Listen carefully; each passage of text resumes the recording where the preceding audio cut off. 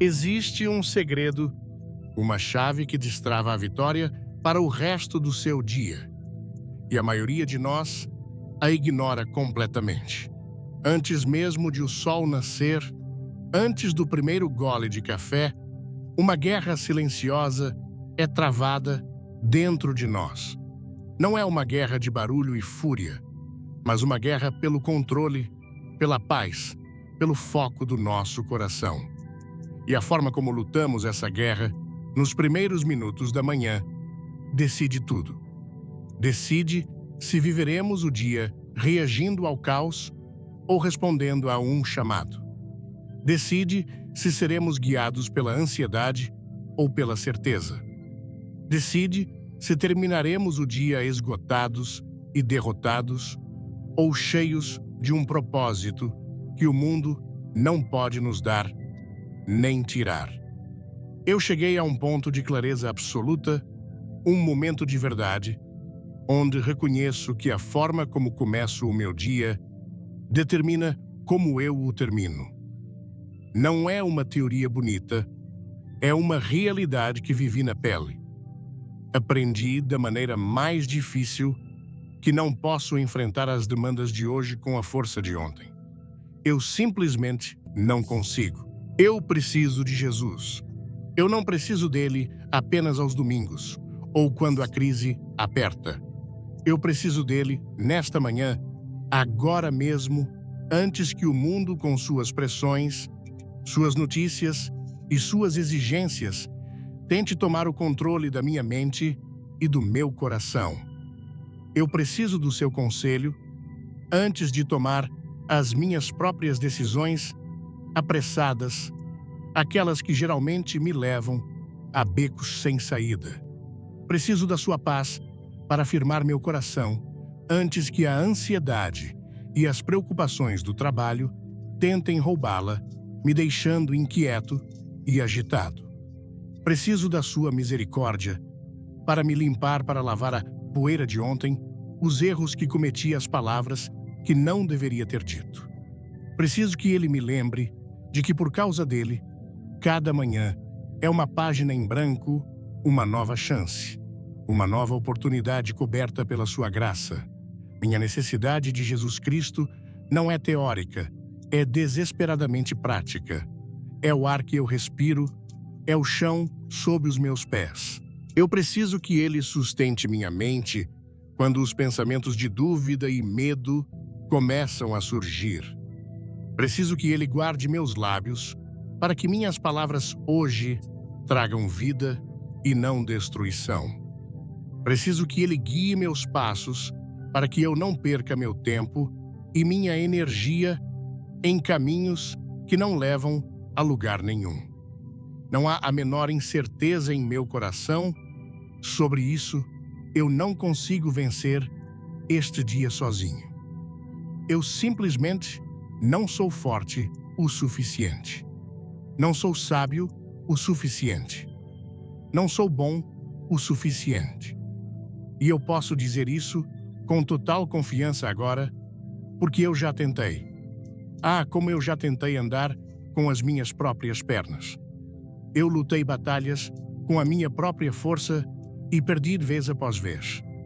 Levantei-me pela manhã sentindo-me autossuficiente, dizendo a mim mesmo: hoje eu consigo, hoje será diferente.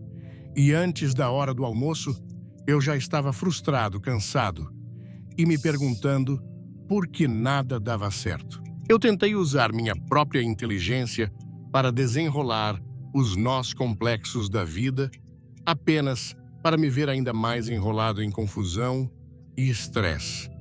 Tentei usar minha própria força de vontade para quebrar aqueles hábitos ruins que me aprisionavam. E eu me sentia forte às 8 da manhã, mas completamente derrotado antes do anoitecer. Eu busquei propósito e alegria nas minhas próprias conquistas, no reconhecimento das pessoas, no sucesso material, apenas para descobrir que essa alegria era como neblina. Parecia substancial de longe, mas desaparecia assim que eu tentava agarrá-la. Era uma alegria que não durava.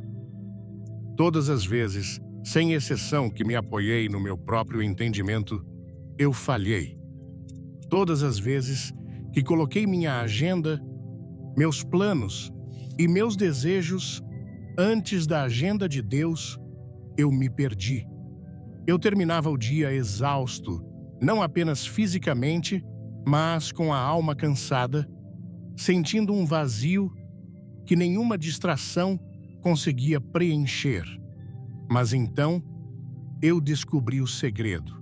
Descobri que quando eu começo o dia de joelhos, quando eu entrego a Ele os primeiros minutos, os primeiros pensamentos, as primeiras palavras, o dia inteiro muda de cor. A oração da manhã não é um ritual religioso para marcar um ponto com Deus. Não é uma obrigação para me sentir mais espiritual. É a minha linha de sobrevivência. É a âncora da minha alma em meio às tempestades do dia a dia. É a bússola que ajusta o meu coração para o norte verdadeiro antes que as vozes do mundo tentem me desviar para 1000 outras direções. Esta consciência, no entanto, também me traz uma exigência, uma demanda inegociável. Eu não posso mais viver pela metade. Não posso mais tratar meu relacionamento com Deus como um item na minha lista de tarefas. Não posso ser morno na minha busca por Ele, dedicando a Ele apenas o tempo que sobra. Não posso continuar com um pé no mundo e um pé na sua presença, esperando experimentar a plenitude que Ele promete. Este é um chamado para uma entrega total, começando agora, nesta manhã. Antes de começarmos esta jornada de hoje, eu quero te fazer um convite. Se você sente que esta mensagem é para você, se o seu coração já começou a queimar, só com essa introdução, comente "Eu decido" aqui embaixo. Faça disso uma declaração de intenção. E se você acredita que a oração pode realmente mudar o dia de alguém, não guarde isso para si. Clique no botão de "Gostei" para que esta mensagem alcance mais corações e considere se inscrever para não perder nenhuma de nossas conversas. Fique até o final, porque a forma como terminaremos esta conversa hoje pode ser o início da maior transformação da sua vida. E esta exigência, esta chamada para uma entrega total, nos leva diretamente para o primeiro campo de batalha do dia.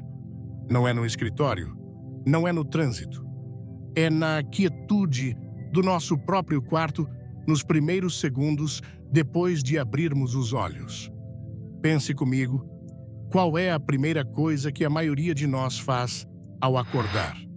Antes mesmo de agradecer a Deus pelo dom da vida, antes de colocar os pés no chão, o que a nossa mão procura? Para milhões de nós, a resposta é a mesma: o celular. Pegamos aquele aparelho, a tela se ilumina e, num instante, o silêncio sagrado da manhã é invadido. Somos bombardeados. A enxurrada de notificações, os e-mails que chegaram durante a noite, as manchetes de notícias repletas de medo e conflito, o feed interminável das redes sociais, mostrando uma versão editada e perfeita da vida de outras pessoas. E o que acontece então? Antes mesmo de termos a chance de firmar nosso espírito, já estamos ansiosos. Já estamos sentindo o peso das responsabilidades. Já estamos nos comparando. Já estamos atrasados. Já estamos reagindo ao caos do mundo. O inimigo da nossa alma adora isso. Ele celebra essa nossa rotina. Ele sabe que não precisa de grandes ataques ou de tentações espetaculares para nos derrotar. Tudo o que ele precisa fazer é nos distrair. Ele sabe que se conseguir roubar os primeiros 30 minutos do nosso dia, se conseguir encher nossa mente com o barulho do mundo, antes que tenhamos a chance de ouvir a voz de Deus, ele provavelmente já venceu a batalha pelas próximas 12 horas. Ele sabe que uma mente que acorda com ansiedade terá dificuldade em encontrar a paz de Deus ao meio-dia. Ele sabe que um coração que acorda com comparação terá dificuldade em sentir a gratidão de Deus à tarde. Ele sabe que um espírito que acorda com as urgências do mundo terá dificuldade em focar nas prioridades do reino de Deus. Será que não percebemos a sutileza dessa estratégia? Ele não nos tenta com algo obviamente maligno. Ele nos tenta com o urgente, com o importante, com a ilusão de que se não respondermos àquele e-mail, imediatamente tudo vai desmoronar. Com a mentira de que precisamos estar informados sobre cada tragédia no mundo antes mesmo de pedirmos a Deus por sabedoria para o nosso próprio passo. É uma armadilha e nós caímos nela todas as manhãs. É por isso que este não é um tempo para uma fé passiva. Não podemos mais nos dar ao luxo de sermos cristãos reativos que só buscam a Deus quando o problema já explodiu. A vida espiritual não é como um corpo de bombeiros que só é chamado quando a casa já está em chamas. A vida espiritual é como a de um soldado que veste sua armadura antes de sair para a batalha. E a batalha começa no momento em que acordamos. Este é o momento de tomar uma posição firme. Como podemos esperar ter força para o dia se negligenciarmos a fonte de toda a força?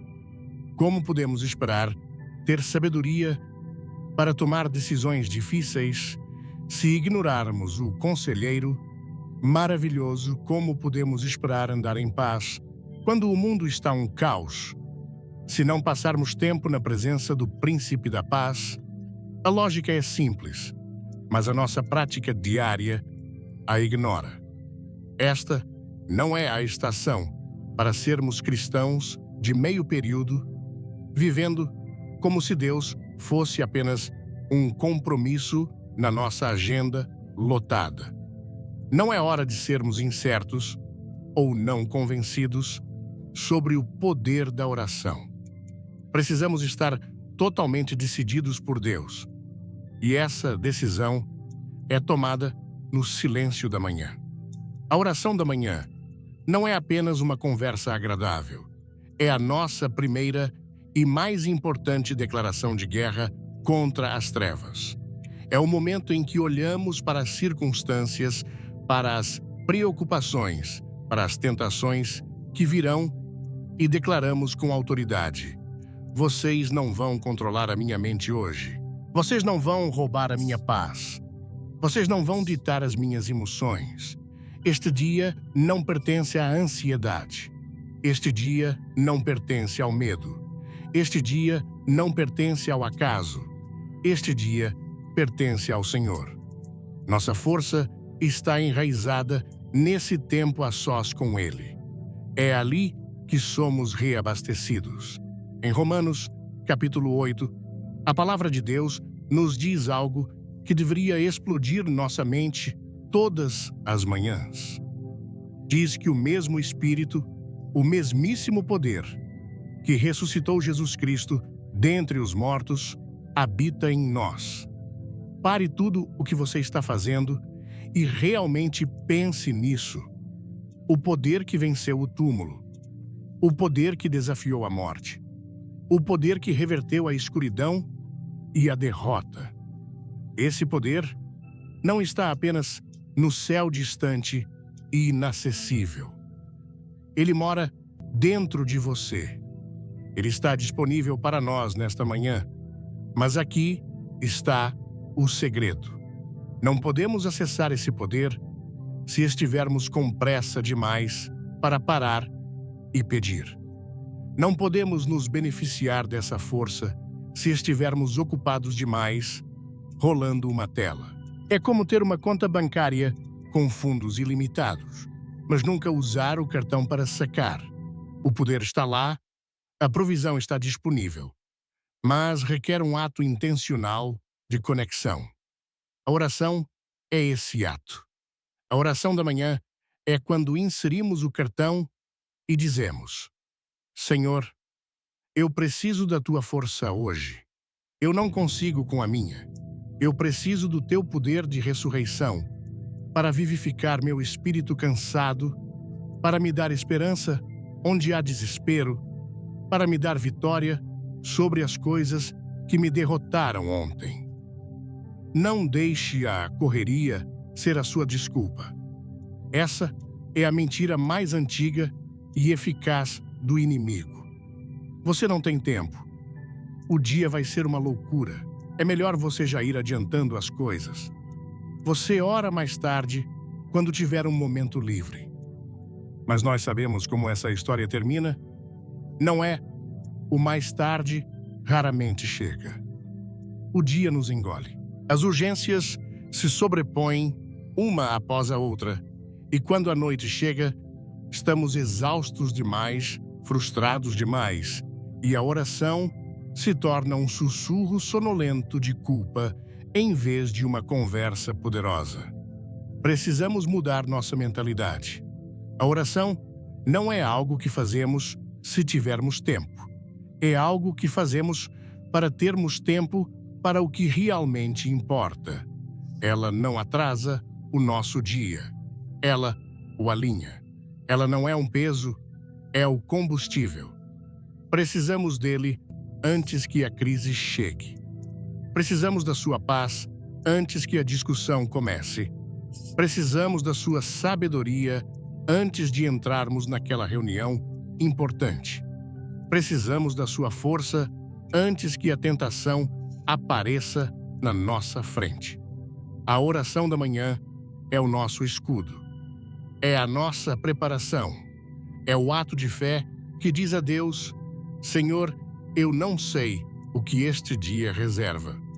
Não sei quais desafios, quais frustrações ou quais alegrias virão. Mas eu sei quem segura este dia em suas mãos. E eu escolho começar este dia contigo. Essa simples decisão, tomada na quietude, antes que o mundo comece a gritar, tem o poder de mudar absolutamente tudo. Antes de mergulharmos nesta próxima verdade, que é o coração da nossa conversa de hoje, eu preciso que você seja honesto consigo mesmo. Se você já se sentiu espiritualmente morno ou distante, como se sua fé estivesse no piloto automático, escreva a palavra fogo nos comentários. Não como um sinal de vergonha, mas como uma oração, um desejo de que Deus reacenda a chama no seu coração hoje. E se você está pronto para essa chama, clique no gostei como um ato profético e vamos juntos buscar mais de Deus. E essa simples decisão, essa escolha de começar o dia com Ele, não serve apenas como um escudo para nos proteger dos ataques óbvios. Ela tem o poder de nos proteger do perigo mais sutil, mais traiçoeiro e, na minha opinião, o mais destrutivo para a alma de um crente, o perigo da fé morna.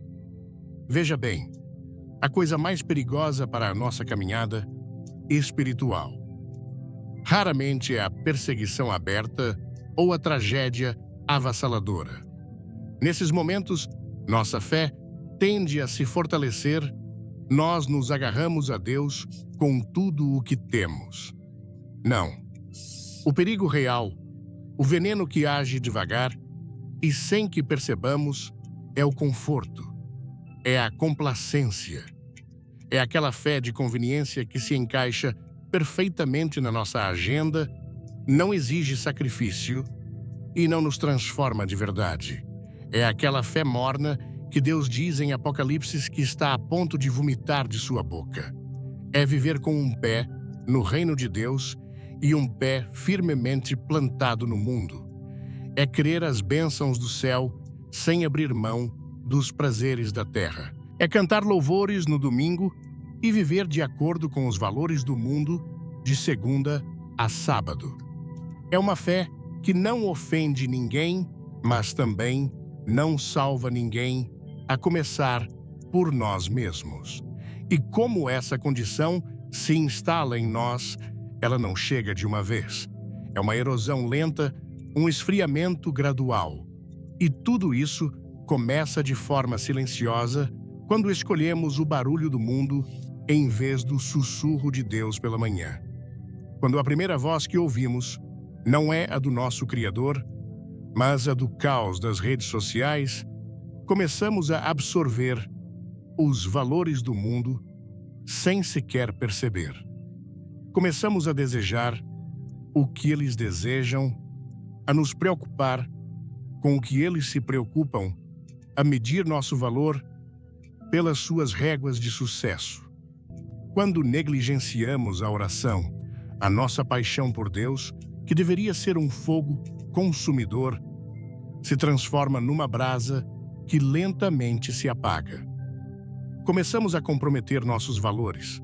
Aquelas pequenas mentiras que antes nos incomodavam, agora se tornam necessárias. Aquela conversa maldosa sobre alguém que antes nos deixava com a consciência pesada, agora se torna um entretenimento inofensivo.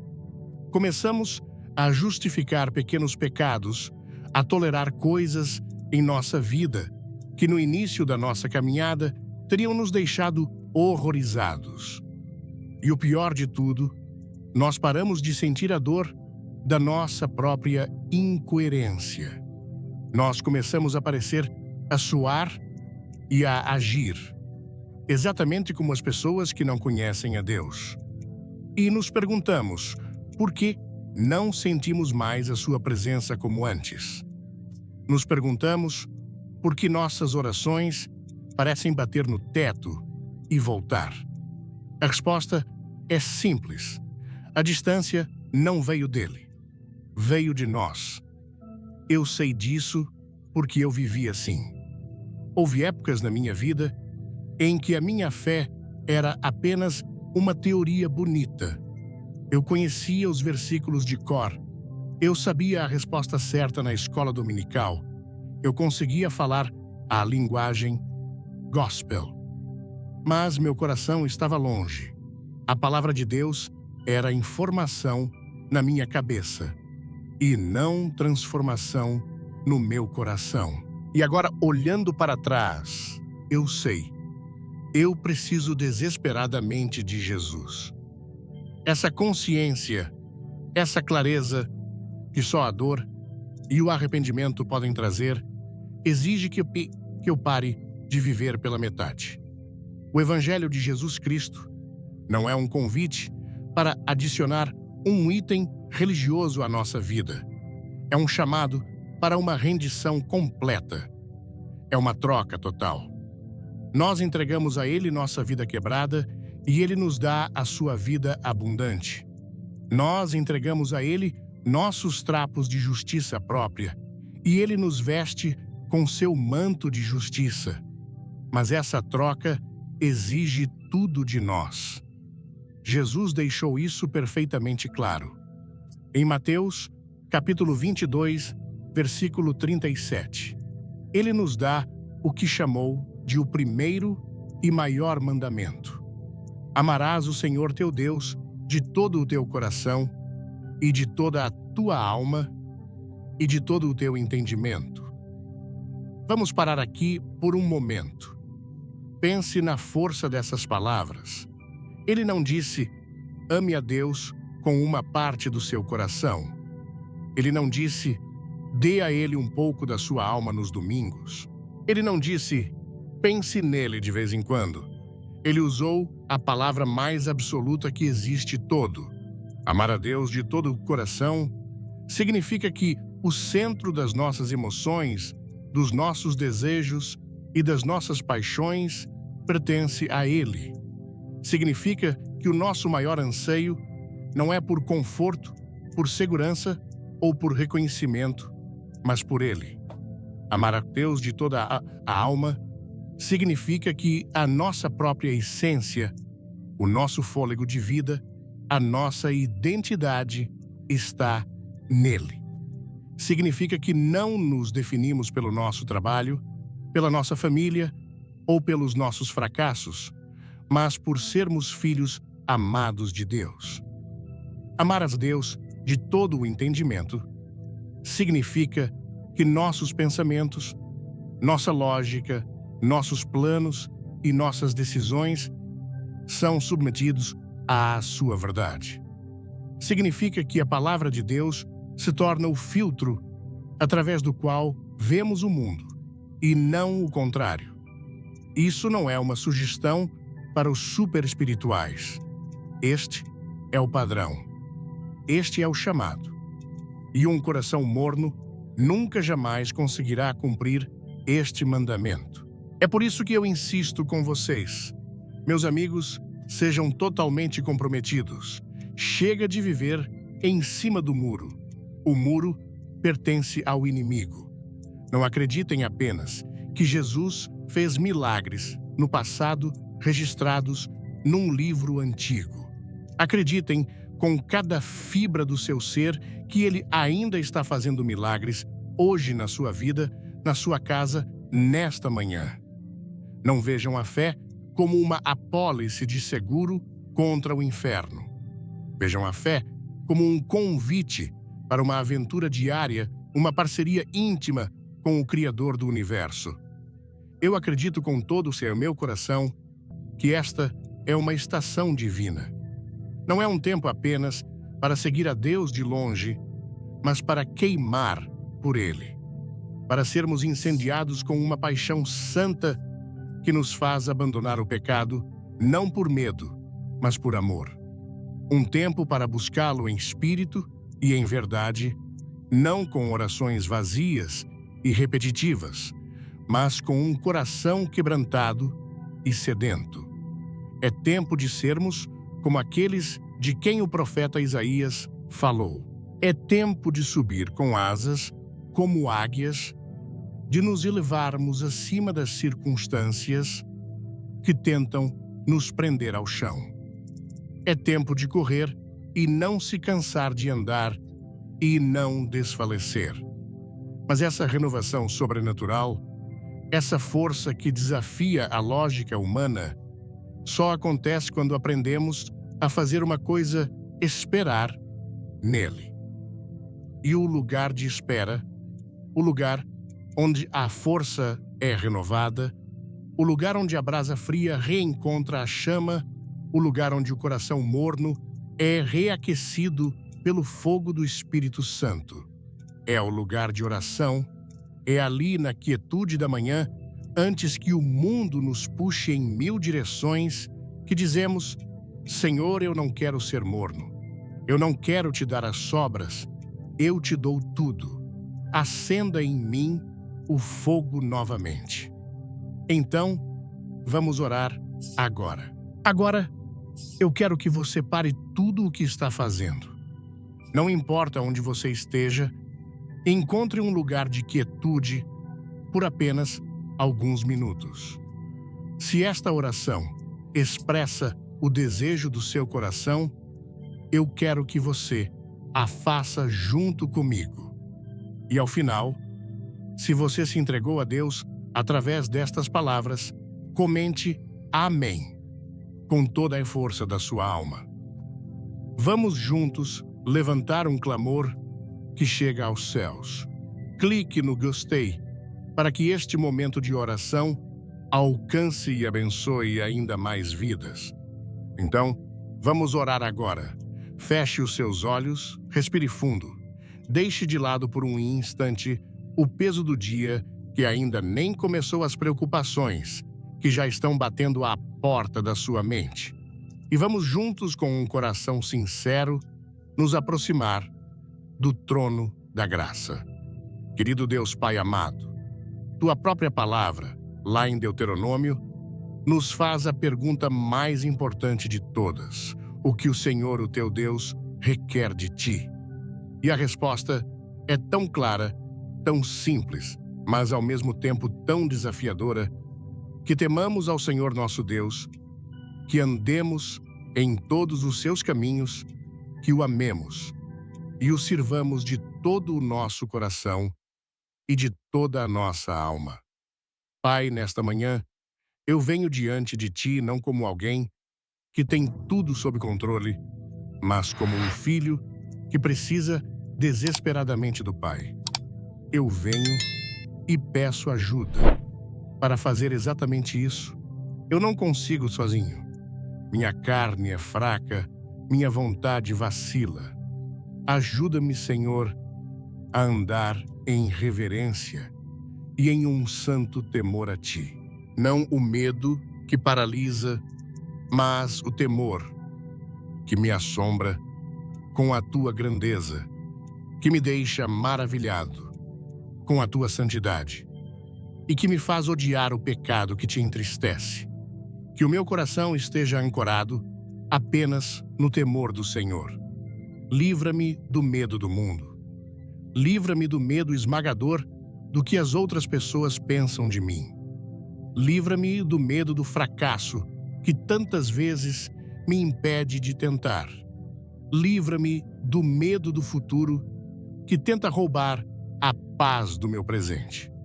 Que o único medo que eu tenha seja o de viver um só dia longe da Tua presença. Guia os meus passos hoje, Senhor. Eu coloco este dia diante de Ti como uma tela em branco. Pinta-o com as Tuas cores, dirige-o com o Teu propósito. Que eu possa andar nos Teus caminhos e não nos meus próprios atalhos egoístas. Que eu possa amar o que Tu amas, a justiça, a misericórdia, a humildade. E que eu possa odiar o que Tu odeias, o orgulho, a maldade, a indiferença. Ajuda-me a Te servir hoje não com uma atitude de obrigação, mas com um coração transbordando de gratidão por tudo o que Tu és e por tudo o que fizeste por mim. Eu Te peço, Pai, que me guardes do caminho dos ímpios. Coloca uma cerca de proteção ao meu redor. Guarda meus olhos do que é impuro, guarda meus ouvidos da fofoca e da maldade. Guarda minha boca de palavras que destroem. Livra-me da influência sutil daqueles que Te desprezam e zombam da fé. Não me deixes sentar na roda dos escarnecedores, onde a esperança é ridicularizada e a fé é vista como fraqueza. E, Senhor, com toda sinceridade da minha alma, eu peço remove qualquer coisa dentro ou ao meu redor que esteja impedindo o meu crescimento espiritual. Se há um hábito secreto, uma raiz de amargura, um ressentimento que eu alimento um ídolo escondido no meu coração, por favor, Espírito Santo, revela-o a mim agora e dá-me a força para arrancá-lo pela raiz. Eu não quero nada, absolutamente nada. Nenhuma memória do passado, nenhum medo do futuro, nenhuma mentira do inimigo que se coloque entre nós. Pai, eu entrego o meu passado em Tuas mãos. Cada fracasso, cada vergonha, cada arrependimento, eu os coloco aos pés da Tua cruz. Eu Te peço, derruba os muros que essas feridas antigas construíram ao redor do meu coração. Os muros da rejeição que me fazem duvidar do Teu amor. Os muros dos erros passados que sussurram que eu nunca serei bom o suficiente. Eu Te entrego cada cicatriz e peço que de alguma forma milagrosa Tu as uses para a Tua glória. Que nada do que aconteceu ontem me impeça de Te buscar com paixão hoje. Pois a Tua palavra me promete no Salmo 121, elevo os meus olhos para os montes, de onde me virá o socorro. O meu socorro vem do Senhor, que fez os céus e a terra. Sim, Senhor. Meu socorro não está no meu salário, não está na minha inteligência, não está nos meus contatos. O meu socorro está em Ti. Tu, Jesus, és a minha fonte inesgotável de força. Quando eu me sentir fraco hoje, Tu serás a minha força. Quando a pressão aumentar, Tu serás meu poder para suportar. Quando a tentação atacar, Tu serás meu poder para vencer. E quando a alegria parecer distante, quando o céu estiver cinzento e meu coração pesado, eu não vou me render ao desânimo. Eu vou declarar em voz alta a Tua verdade sobre a minha vida. A alegria do Senhor é a minha força. Quando a minha mente se sentir inquieta, um turbilhão de pensamentos ansiosos e confusos, eu não vou me entregar ao pânico. Eu vou me agarrar ao que é verdade. Tu não és o autor de confusão, mas de paz. E a minha herança em Ti não é uma mente perturbada, mas uma mente sã, uma mente de bom senso. Minha paz não se encontra na ausência de problemas, mas na certeza da Tua presença. E por isso eu espero em Ti, Senhor. Nesta manhã, eu escolho esperar. Não uma espera passiva e vazia, mas uma espera cheia de esperança, uma espera ativa e confiante. Eu acredito na Tua promessa de que aqueles que esperam no Senhor renovam as suas forças. Eu acredito que Tu vais renovar a minha força agora. Eu acredito que Tu vais refrescar o meu espírito cansado. Eu acredito que Tu vais restaurar cada lugar desgastado dentro de mim, do topo da minha cabeça à sola dos meus pés. Tu és fiel para reavivar. Tu és fiel para restaurar. Eu confio em Ti. Em nome de Jesus. Amém. Antes de vestirmos juntos esta armadura, eu quero que você faça algo poderoso. Me diga nos comentários com total sinceridade qual parte da armadura de Deus você mais precisa hoje. É o capacete para proteger a sua mente ansiosa. É o escudo para se defender das flechas da dúvida. Seja vulnerável. Vamos nos fortalecer uns aos outros nos comentários.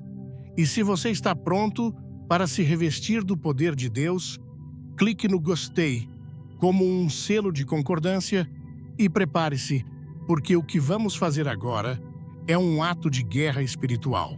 E depois de um amém sincero, depois de entregarmos nosso coração, o que vem a seguir, a fé não é passiva. A entrega não é o fim, é o começo. Depois de nos rendermos ao general, ele nos convida a vestir o uniforme, a pegar o equipamento para a batalha que nos espera lá fora. Temos que entender, de uma vez por todas, que no momento em que colocamos os pés para fora da cama, nós entramos em um campo de batalha invisível.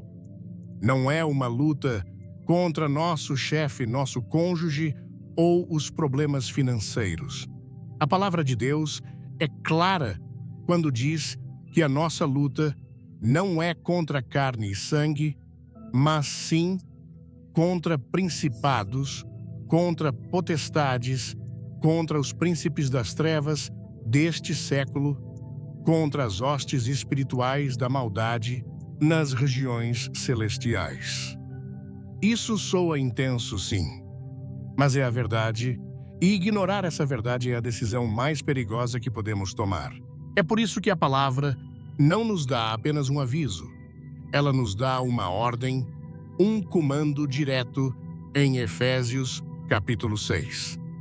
Revesti-vos de toda a armadura de Deus, para que possais estar firmes contra as astutas ciladas do diabo. E quando você faz isso pela manhã. Você não espera até o meio de um tiroteio para procurar o seu colete à prova de balas.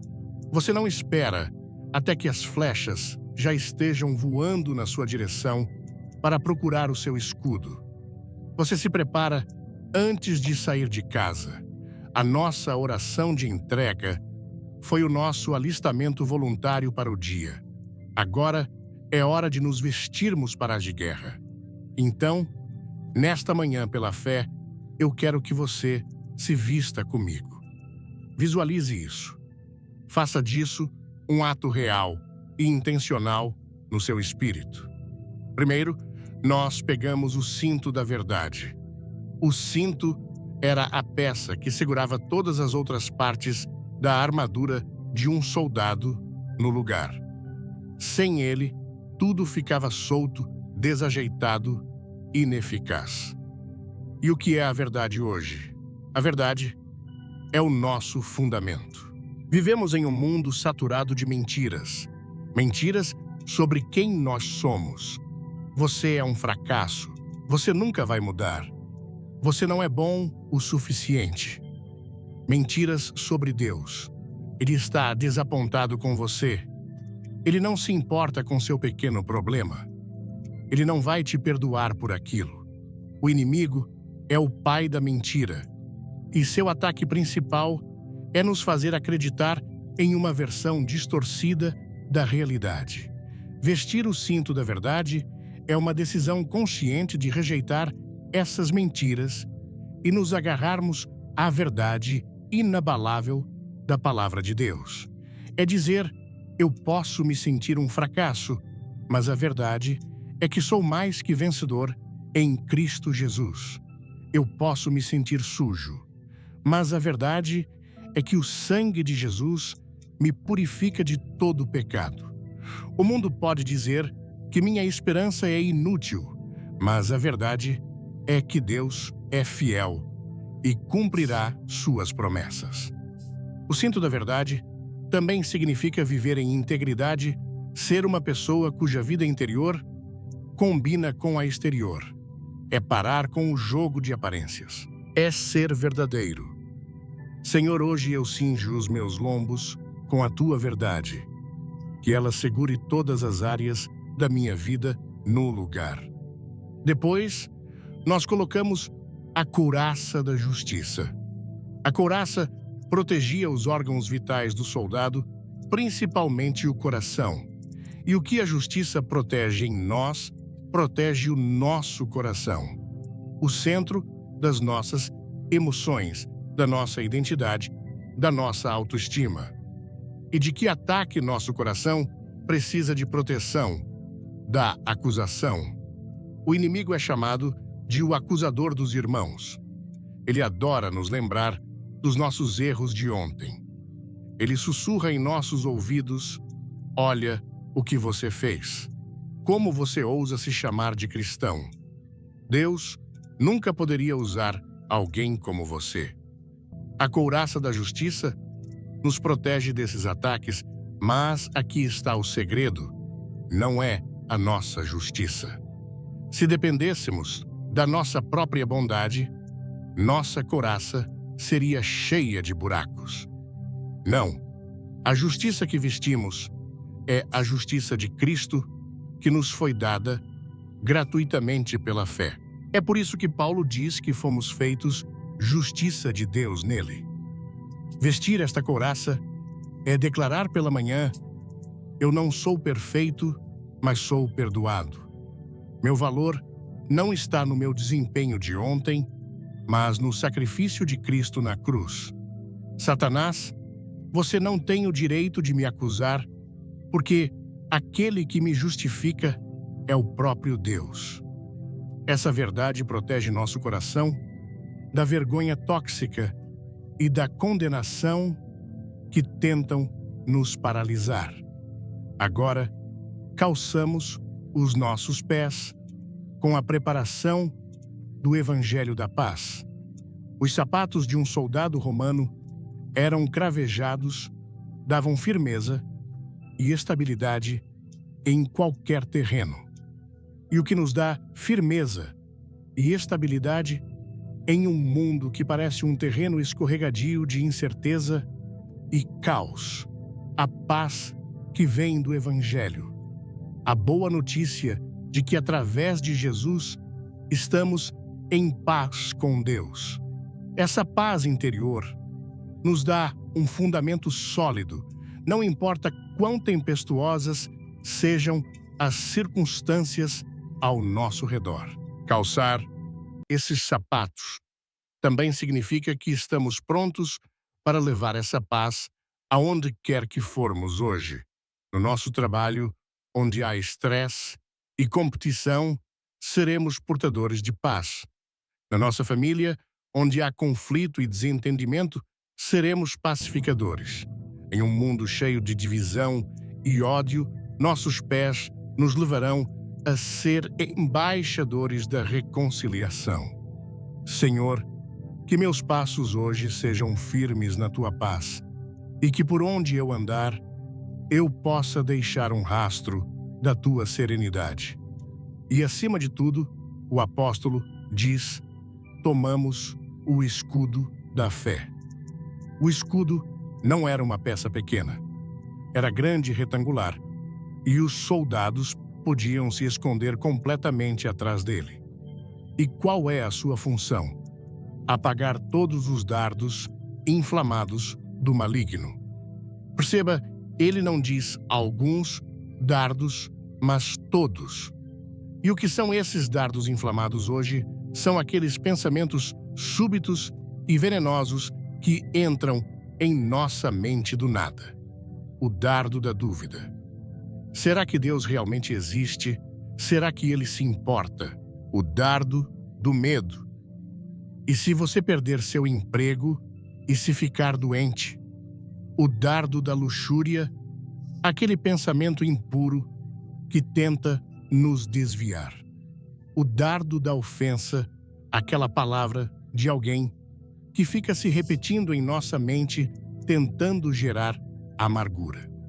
O escudo da fé é a nossa confiança ativa e prática em Deus e em suas promessas. Quando o dardo do medo vier, levantamos o escudo e declaramos: Deus não me deu espírito de medo, mas de poder. Quando o dardo da dúvida vier, levantamos o escudo e dizemos: eu sei em quem tenho crido e estou certo de que Ele é poderoso para guardar o meu depósito até aquele dia. A fé não é a ausência de dúvidas, é a escolha de confiar em Deus apesar das dúvidas. É um ato de guerra. Em seguida, colocamos na nossa cabeça o capacete da salvação. O capacete é a proteção mais crítica, pois guarda o centro de comando à mente. A maior parte da nossa batalha espiritual acontece entre as nossas orelhas. É na nossa mente que a ansiedade floresce, que a depressão lança suas sombras, que as mentiras do inimigo encontram um lar. O capacete da salvação é a certeza da nossa redenção. É a convicção profunda e inabalável de que pertencemos a Deus, que nosso futuro eterno está seguro nele e que nada, nem a vida, nem a morte, nem os anjos, nem os principados, pode nos separar do seu amor. Quando essa verdade protege a nossa mente, os pensamentos de desesperança perdem o seu poder. A ansiedade sobre o futuro diminui porque sabemos quem detém o futuro. O medo da morte recua porque sabemos que a morte é apenas uma porta para a eternidade com Ele. Senhor, hoje eu coloco o capacete da salvação. Eu declaro que minha mente pertence a Cristo. Eu trago todo pensamento cativo à obediência de Jesus. Finalmente, nós pegamos a única arma de ataque de toda a armadura, a espada do Espírito, que é a palavra de Deus. Todas as outras peças são defensivas, mas esta é a nossa arma para contra-atacar. E como a usamos? Da mesma forma que Jesus a usou quando foi tentado no deserto. A cada mentira de Satanás, Jesus respondia com uma verdade: está escrito. Ele não argumentou, não debateu. Ele brandiu a espada. Nós fazemos o mesmo. Quando a mentira da escassez atacar nós, desembainhamos a espada e declaramos: está escrito, o meu Deus, segundo as suas riquezas, suprirá todas as minhas necessidades em glória por Cristo Jesus. Quando a mentira da fraqueza nos disser que não conseguimos, nós declaramos: está escrito, tudo posso naquele que me fortalece. A espada do Espírito não é apenas ler a Bíblia pela manhã, é tê-la tão profundamente em nosso coração que podemos sacá-la e usá-la no momento exato do ataque. E depois de nos vestirmos com tudo isso, Paulo acrescenta o segredo que ativa toda a armadura: orando em todo tempo, com toda oração e súplica no Espírito.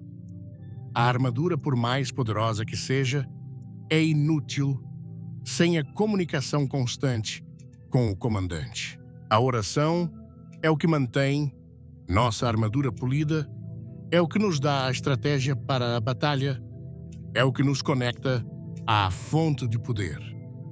Senhor, ajuda-nos a não apenas conhecer esta armadura como uma teoria interessante. Ajuda-nos a vesti-la, a senti-la, a viver dentro dela hoje. Não podemos nos dar ao luxo de sair de casa espiritualmente nos expostos e vulneráveis. Nós nos revestimos de Ti, Senhor Jesus. Tu és a nossa armadura. Em Teu nome, estamos prontos para o dia. Amém. Agora que estamos vestidos para a batalha, o próximo passo é crucial. É o passo que muitos de nós pulamos. Se você tem a coragem de ser honesto diante de Deus hoje e está disposto a se olhar no espelho da sua palavra, comente: me sonda, Deus, aqui embaixo. Este não é apenas um comentário, é uma oração de vulnerabilidade.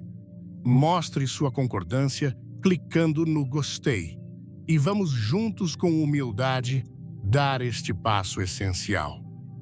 E agora que estamos de pé, revestidos e prontos, o que um bom soldado faz antes de entrar em campo? Ele inspeciona seu equipamento.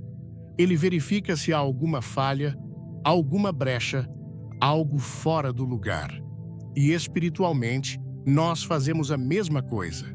Depois de nos revestirmos da presença e do poder de Deus, somos convidados a dar um passo corajoso, o passo de nos olharmos honestamente no espelho.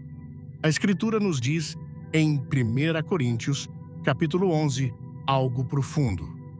Se nós nos julgássemos a nós mesmos, não seríamos julgados.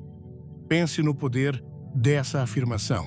Deus está nos dando um convite divino, uma oportunidade de ouro todas as manhãs, a chance de pausar, de respirar fundo e de examinar nossos próprios corações antes que o mundo e as nossas próprias falhas o façam por nós.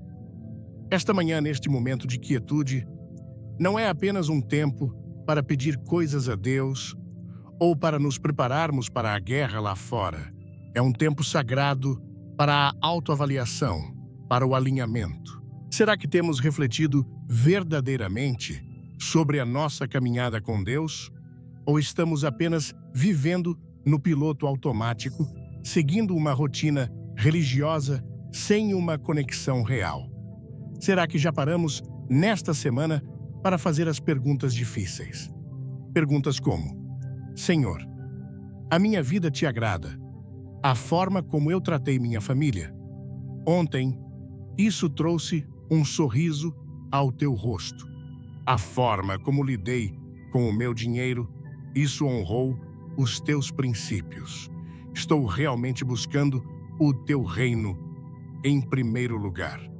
Ou estou apenas tentando encaixar-te nos meus próprios planos de sucesso e conforto? O autoexame honesto é absolutamente vital para a saúde da nossa alma. E em um mundo que nos empurra constantemente para frente, com uma avalanche de distrações, barulho e urgências, nós precisamos ser intencionais sobre encontrar a quietude. Precisamos lutar por ela. Precisamos criar espaço em nossa agenda para simplesmente ficar quietos. Quietos o suficiente para segurar o nosso coração com toda a sua complexidade e contradições e colocá-lo diante do espelho da palavra de Deus. E então, com uma humildade brutalmente honesta, perguntar: como eu estou me saindo? Senhor, como a minha vida se compara a este padrão que tu estabeleceste? Porque veja bem, se a Bíblia diz, como diz em 1 Tessalonicenses, orai sem cessar. E nós olhamos para a nossa vida e percebemos que a oração tem sido apenas um recurso de emergência. Então, nós sabemos exatamente o que levar diante de Deus. Nós não precisamos fingir, nós não precisamos nos esconder atrás de desculpas. Nós simplesmente chegamos a Ele e confessamos: Senhor, a minha vida de oração está fraca. Eu tenho sido negligente. Ensina-me a orar. Desperta em mim, novamente, o desejo de falar contigo. Esta é a beleza da reflexão honesta. Ela não nos leva ao desespero da culpa. Ela nos leva de volta ao abraço do Pai que pode nos transformar. A autoavaliação não é para nos condenar, mas para nos curar. A palavra de Deus é viva e ativa. A Bíblia não é apenas um livro de histórias antigas ou um manual de regras. Ela é um espelho perfeito que não mente nem bajula. Ele reflete exatamente quem somos, não quem fingimos ser. E quando nos abrimos para olhar em suas páginas, não podemos fazer isso apenas como quem lê uma notícia. Devemos perguntar a cada capítulo, a cada versículo: eu estou vivendo isso? Esta verdade é apenas uma teoria bonita na minha mente ou ela está se manifestando na forma como eu vivo o meu dia a dia? A verdade deste versículo é evidente no meu casamento, no meu trabalho, na forma como eu falo com as pessoas. O apóstolo Tiago, em sua carta, capítulo 1, versículo 22, nos dá um dos avisos mais sérios de toda a Escritura. Ele diz: tornai-vos, pois, praticantes da palavra, e não somente ouvintes, enganando-vos a vós mesmos. Pare e pense no peso disso. É possível ser um ouvinte ávido da palavra, ir à igreja todos os domingos, ouvir pregações online, ler livros cristãos, e ainda assim estar enganando a si mesmo. Por quê? Porque o conhecimento sem a prática leva ao orgulho, não à transformação. Este, amados, é o chamado fundamental para cada um de nós nesta manhã. Viver a verdade de Deus, não apenas conhecê-la, é deixar que a sua palavra desça da nossa cabeça e incendeie o nosso coração a ponto de remodelar a forma como pensamos, como amamos, como perdoamos, como vivemos. Tiago continua com uma ilustração poderosa. Ele diz que se alguém ouve a palavra mas falha em vivê-la, essa pessoa é como um homem que olha para o seu próprio rosto no espelho. Ele se observa, vê a sujeira, o cabelo despenteado. Mas então, ele se afasta e instantaneamente esquece a imagem que viu. Ele não faz nada a respeito. Quantas vezes nós fazemos isso espiritualmente? Nós vamos à igreja. Ouvimos uma mensagem poderosa que expõe uma área de pecado ou de negligência em nossa vida. Nós sentimos a convicção do Espírito Santo. Mas então, saímos pela porta, entramos no carro e na segunda-feira de manhã já esquecemos completamente o que vimos no espelho. E nada muda. Mas Tiago diz: há outro tipo de pessoa. Aquele, porém, que atenta bem para a lei perfeita, a da liberdade, e nela persevera, não sendo ouvinte esquecido, mas fazedor da obra, este tal será bem-aventurado no seu feito. Perceba a diferença. Não é uma olhada rápida. É atentar bem. É perseverar. É um exame profundo e contínuo. É deixar que a verdade da palavra nos confronte, nos desafie e nos molde. A verdadeira transformação, aquela que produz frutos duradouros, não acontece por osmose, simplesmente por estarmos perto da verdade. Ela acontece através de um ato de rendição à verdade. E onde começa essa rendição? Ela começa aqui mesmo, na presença de Deus. Na quietude desta manhã, é aqui no lugar secreto, onde não há máscaras e não há plateia, que podemos chegar com um coração humilde e rendido. É aqui que podemos admitir nossas fraquezas sem medo de julgamento. É aqui que podemos confessar nossas falhas e sermos lavados pela sua graça. É aqui que podemos olhar no espelho da sua palavra e, em vez de fugir do que vemos, podemos dizer com sinceridade: Senhor, muda-me, transforma-me, faz-me mais parecido contigo. Este é o momento de perguntar: como está o meu caráter? Senhor, quando ninguém está olhando, eu sou a mesma pessoa. Estou vencendo as batalhas secretas que só tu vês. A batalha contra a inveja, contra a cobiça, contra o orgulho. Deus deseja a verdade no íntimo. Ele não está interessado em nossa performance exterior, se o nosso coração interior está cheio de amargura ou de hipocrisia.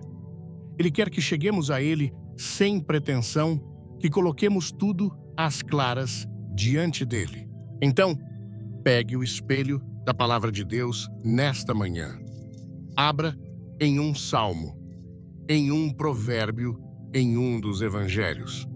E não apenas leia as palavras. Deixe que as palavras leiam você. E onde quer que a luz da verdade revele uma mancha, uma ruga de pecado, uma área fora de alinhamento, não se desespere. Alegre-se, porque a revelação é o primeiro passo para a restauração. E aquele que começou a boa obra em você é fiel para completá-la. Este ato de autoavaliação honesta, feito em oração, é o que mantém nosso coração macio e nossa fé vibrante.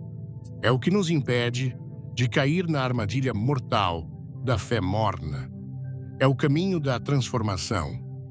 É o caminho dos fiéis. Estamos chegando a um dos pontos mais profundos e humildes da nossa conversa. Se você já se sentiu absolutamente indigno do amor de Deus, mas mesmo assim foi alcançado por Ele, eu quero que você comente apenas uma palavra: graça. Vamos encher os comentários com testemunhos silenciosos do poder da graça imerecida de Deus. E se você é grato por essa graça, demonstre isso clicando no gostei, para que essa mensagem de esperança encontre outros corações que precisam dela. E este caminho de transformação, este processo de nos olharmos no espelho da palavra e sermos mudados por ele, me leva a uma conclusão profundamente humilhante. Uma verdade que se tornou o fundamento da minha oração matinal. Eu não oro todas as manhãs apenas para me preparar para a batalha ou para alinhar meu coração. Eu oro todas as manhãs por uma razão muito mais simples e ao mesmo tempo infinitamente mais poderosa, eu oro, porque percebo com uma clareza que me deixa sem fôlego, que é somente pela graça pura e imerecida de Deus que eu estou vivo para ver outro dia. Isso não é um clichê religioso. É a verdade mais literal e esmagadora que existe. Pense nisso por um segundo. Centenas de milhares de pessoas no mundo inteiro foram para a cama ontem à noite e não acordaram esta manhã. Pessoas com planos para hoje. Pessoas com famílias que as amavam. Pessoas que talvez fossem mais saudáveis, mais jovens.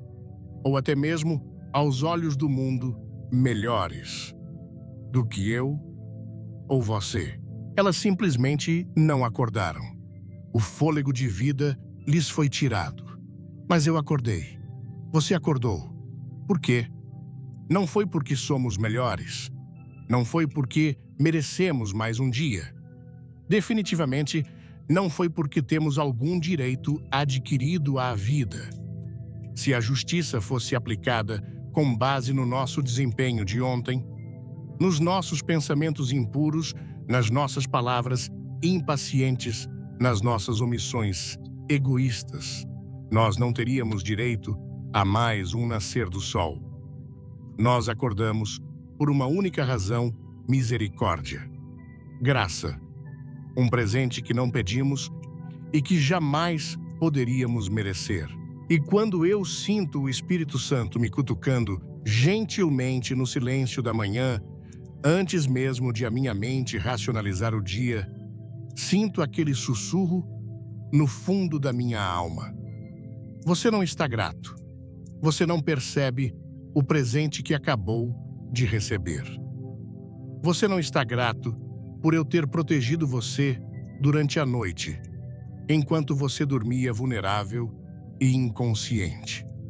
Você não está grato por ter acordado com força em seu corpo, com a capacidade de se levantar da cama, com visão em seus olhos para ver a luz de um novo dia e, o mais fundamental de tudo, com fôlego em seus pulmões. Eu não posso ignorar essa voz. Eu simplesmente não posso. Seria a maior das ingratidões. É por isso que a minha oração matinal não é, em primeiro lugar, sobre pedir, mas sobre agradecer. Não é sobre apresentar a minha lista de desejos, mas sobre reconhecer o doador da própria vida. Eu não oro para parecer justo ou para cumprir uma obrigação religiosa. Eu oro porque eu não consigo imaginar começar o dia sem primeiro olhar para o rosto daquele que tornou este dia possível. Seria como receber o presente mais incrível do universo e sair andando sem sequer dizer obrigado. Graça. Essa palavra é tão comum no vocabulário cristão que às vezes perde o seu impacto. Mas o que ela realmente significa? Para mim, graça significa receber um presente que eu nunca jamais poderia ganhar ou pagar de volta. Graça é Deus estendendo para nós o oposto do que merecemos. Nós merecíamos o julgamento. Ele nos deu o perdão. Nós merecíamos a distância. Ele nos deu a sua presença. Nós merecíamos a condenação. Ele nos deu a salvação através do seu Filho, Jesus Cristo. Quando eu reflito sobre a minha própria vida, sobre a minha história, sobre as estradas tortuosas por onde andei, eu só consigo pensar em sua graça. Penso na sua bondade e na sua misericórdia, que me foram dadas gratuitamente, mesmo quando eu não fiz absolutamente nada para merecê-las. Na verdade, muitas vezes, eu agi de formas que mereciam exatamente o contrário. E tudo o que posso dizer com lágrimas nos olhos e um nó na garganta é: obrigado, Senhor Jesus Cristo. É unicamente pela sua graça que estou aqui hoje. Quando olho para trás, para as más decisões que tomei, para as vezes em que deliberadamente me desviei do seu caminho, para as oportunidades que desperdicei, eu vejo a mão invisível da sua graça me segurando, me protegendo, mesmo quando eu não percebia. Ele me impediu de cair em abismos dos quais eu talvez nunca tivesse saído. Ele endireitou meus caminhos tortos. Ele me livrou de perigos que eu nem sequer vi. Ele me preservou. Toda a glória, toda a honra, todo o louvor pertencem a Ele. É somente pela sua graça que as consequências dos meus próprios erros não me destruíram. É somente pela sua bondade que eu não perdi a minha mente em meio às pressões e às minhas próprias tolices. Então, me diga como eu poderia começar o meu dia, este novo presente de 24 horas, ignorando aquele que foi tão fiel, tão paciente e tão bom para mim. Portanto, esta oração da manhã não é um fardo legalista, não é um peso, é uma resposta de gratidão avassaladora. É o transbordar de um coração que sabe que não merece nada, mas recebeu tudo. E essa compreensão da graça deveria mudar tudo em nós.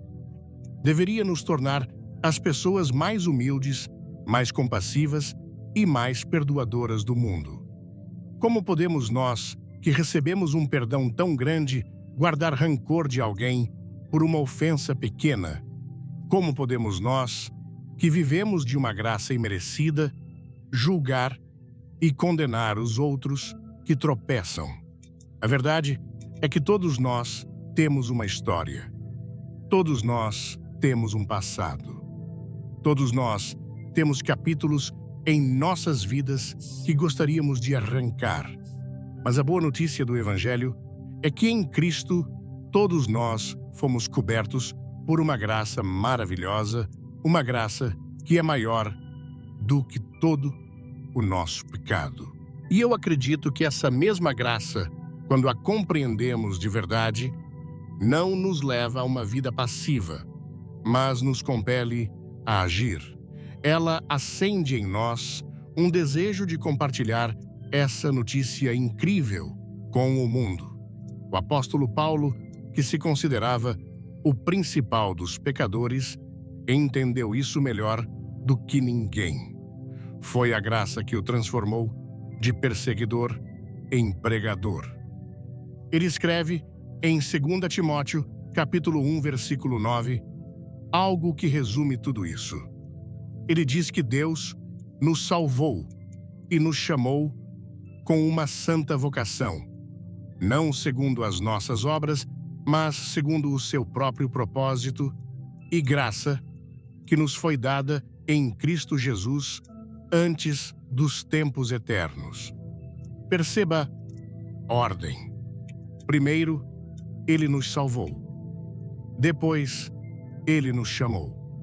A salvação não é o fim da linha, é o ponto de partida.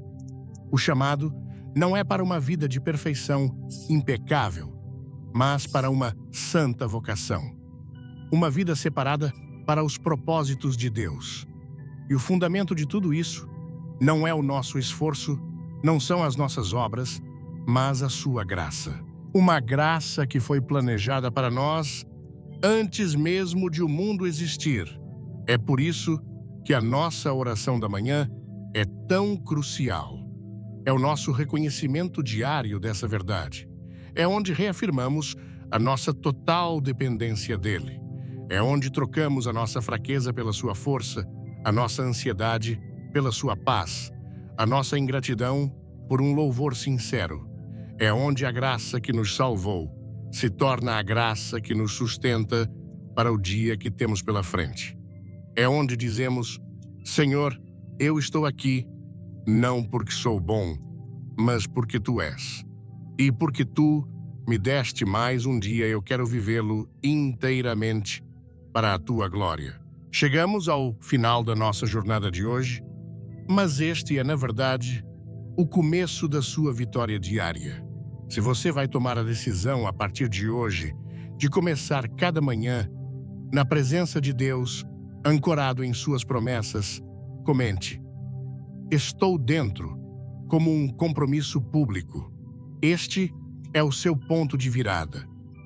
Se esta mensagem inteira falou ao seu coração, deixe o seu gostei como um selo e compartilhe este vídeo com 3 pessoas que você ama e que precisam ouvir isso.